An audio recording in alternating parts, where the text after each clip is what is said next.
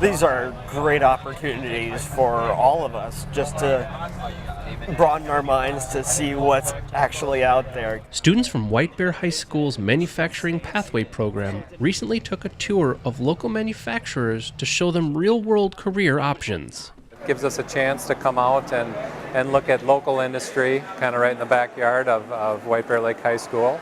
And they're looking for people. And if we can prepare our young people for those jobs, they will be there for them. You need to have skills, you need to know what you're getting into, you need to love what you do, and just have a general education of how to work the machines and work with people. The tour was for students like Mike Johnston, who have an interest in engineering and manufacturing. How do you like them apples? Well, I would say he's a very typical student, and there's no one else like him. Mike is very passionate about engineering and about manufacturing. Mike is a third-generation engineer enthusiast.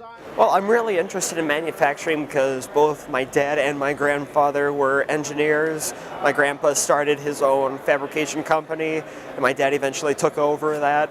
And so it's in my blood, and I've always loved designing stuff on the computer and then going over to the shop and building it. Who understands the need for programs like the Manufacturing Pathway. There's a strong need for manufacturing and just engineering in general. We're falling behind. The program is also supported by local industries. Come on in.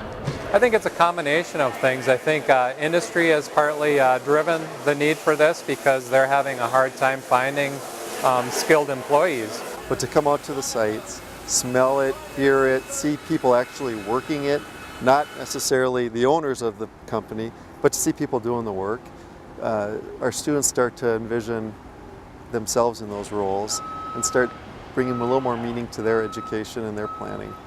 I've toured many different companies and factories over the years, and I just want to see some more experiences and see if they have any job openings for the career I'm going to pursue.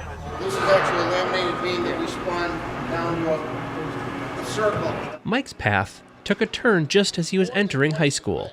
I had brain cancer. It was a very large tumor, about 99 cubic millimeters, which is about an inch and a half golf ball in the center of my brain. He spent the summer getting radiation treatment to reduce the size of the tumor. I had the proton beam radiation over in Indiana, which is a lot safer. So this is the side of my head when we first found my tumor. This is after one dose of chemotherapy. That's what it shrunk down to after that. Then after 2 doses, and I circled it in blue, and after 4 rounds of chemo, that's when it went down to. Yeah, chemo and radiation shrunk it down to nothing. It's just a blood vessel now. His experiences while in treatment for his cancer sent him down an unusual career path. I actually know exactly what I want to do. I just got accepted to University of Wisconsin Stout. I'm going to go there for packaging engineering. A career path where he sees issues he would like to solve. Medical packaging. When they're trying to numb my skin, the J-tip, the carbon dioxide, they doesn't always open up how they should, and I gotta go to school and try and fix that. His whole ordeal has helped him focus on the future. Well, with my cancer, it really impacted me to get a job that I love and that will help support my family, because personal experience, medical bills are not cheap, and I'm going to need a good career that's going to help pay for those. Which is why this program is such an important tool for students. Really happy with what I'm learning right now in my manufacturing and applied engineering class. Even those students who don't want to pursue a traditional education. That a 4-year college is not necessarily the right choice for all students from an academic point of view as well as a financial point of view. And I think it's important for them to know that there are other options. Again, well-paying, high-demand, high-skilled jobs where they can really set themselves up in a good career. In the future, educators hope to attract more girls into the program and into manufacturing. We may have to market it a little bit differently than we do to males and talk about maybe how being in manufacturing and engineering can really benefit people.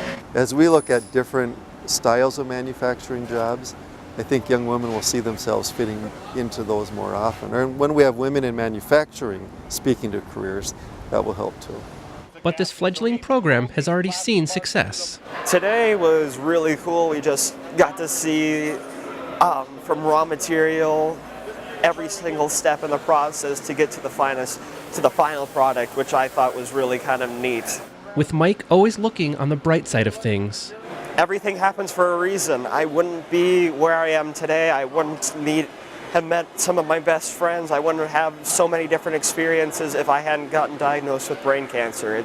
It's honestly changed my life for the better. It's one of the best things that's happened to me. Sounds cruel, but it's true. And taking it one day at a time. Just live each day like it's your last and do what you love. Yeah. Thank you. You too.